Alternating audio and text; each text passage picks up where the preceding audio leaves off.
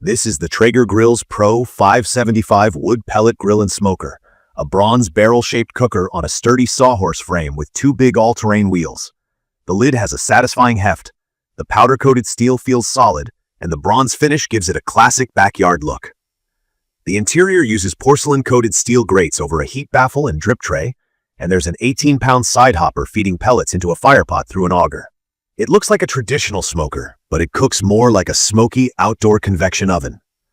That's the mindset that unlocked the best results for me.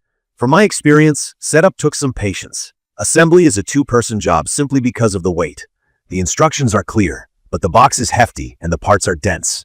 The first power-on walks you through connecting Wi-Fi, Traeger's app control. Mine only cooperated with a 2.4 GHz network. My mesh system gave it trouble until I created a guest band. After the burn-in cycle to cook off oils and cure the paint, it was ready to go. Day to day, it's almost silly easy to run. I load pellets, turn the dial, and it ignites itself. The D2 direct drive and brushless motor keep pellets feeding steadily, and turbo temp helps it recover heat after I open the lid. The app lets me bump temps, set timers, and watch internal meat temps without hovering outside. On low and slow cooks, it's rock solid. Pork shoulder, ribs, and brisket have been consistently tender, and the bark develops nicely when I let it ride under 225 degrees Fahrenheit for longer. The 575 square inches of space is the right size for my family, and I've comfortably fit 4 chickens or 5 racks of ribs. The 18-pound hopper gives me long runs. An overnight brisket at 225 degrees Fahrenheit has been worry-free. There are quirks. The included meat probe on mine reads around 5 to 10 degrees Fahrenheit off compared to my instant read, so I treat it as a guide. Inside the barrel, I've learned the back left runs hotter, especially at higher temps, so I position food accordingly. And while the controller holds the displayed temperature well, the grate itself can be hotter than the screen suggests, which is normal for pellet grills, but worth knowing if you're new. Let's talk flavor and heat. In my opinion, this grill shines at low and slow.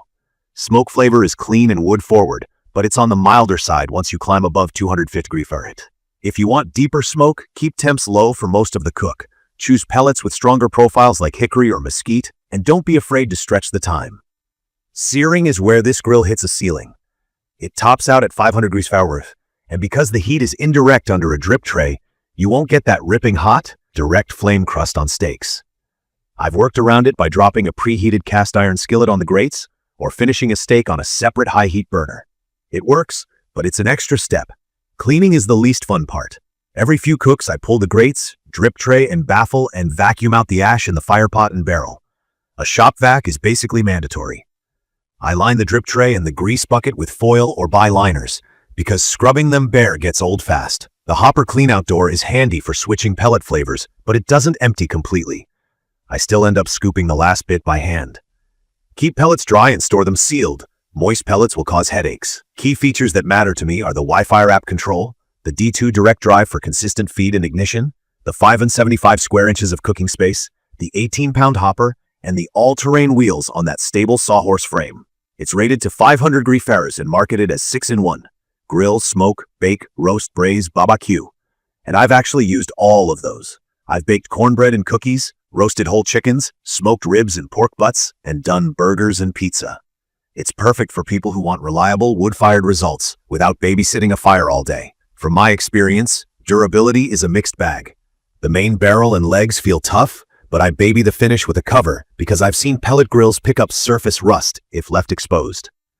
I also wish the front shelf were standard instead of an add-on. Prep space is too valuable to be optional. The unit is heavy, so those big wheels are appreciated, but I still pick its parking spot carefully. What I like most is the convenience and consistency. I can throw on a pork shoulder, set 220 Fahrenheit, go about my day, check the app, and the food turns out predictably good. That easy repeatability is where pellet grills earn their keep. The temperature recovery when I open the lid is quick, and the app's recipe library is handy when I'm trying something new. I also love that it turns the backyard into a weeknight kitchen.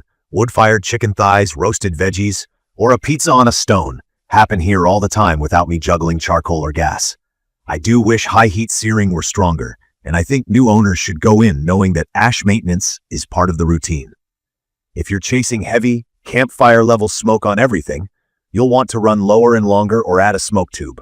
If you want steakhouse sear, pair this with cast iron or a small sear burner. Those adjustments have made the Pro 575 fit my cooking style really well. I'd recommend this for anyone who wants wood-fired flavor with modern convenience, especially beginners who don't want to learn fire management the hard way and busy home cooks who crave set-it-and-forget-it reliability. It's also great for experienced folks who value repeatable results and app control over fiddling with vents. If your top priority is aggressive sear or ultra-heavy smoke, you may want to supplement it or look at a different style of cooker. In conclusion, the Traeger Pro 575 is a smart, steady pellet grill that trades a little brute force for a lot of convenience. It nails low and slow, handles family-sized cooks with ease, and the app control genuinely reduces stress. The maintenance routine and sear limitations are real, but manageable with a few habits and accessories. In my opinion, if you want dependable barbecue and roasted meals without babysitting a fire, this hits the sweet spot. It's perfect for weeknight dinners and relaxed weekend smokes, where you care more about results than wrestling with fuel. If this video helped, subscribe for more honest gear reviews and backyard cooks, and drop your questions or your own Traeger tips in the comments. Thank you for watching.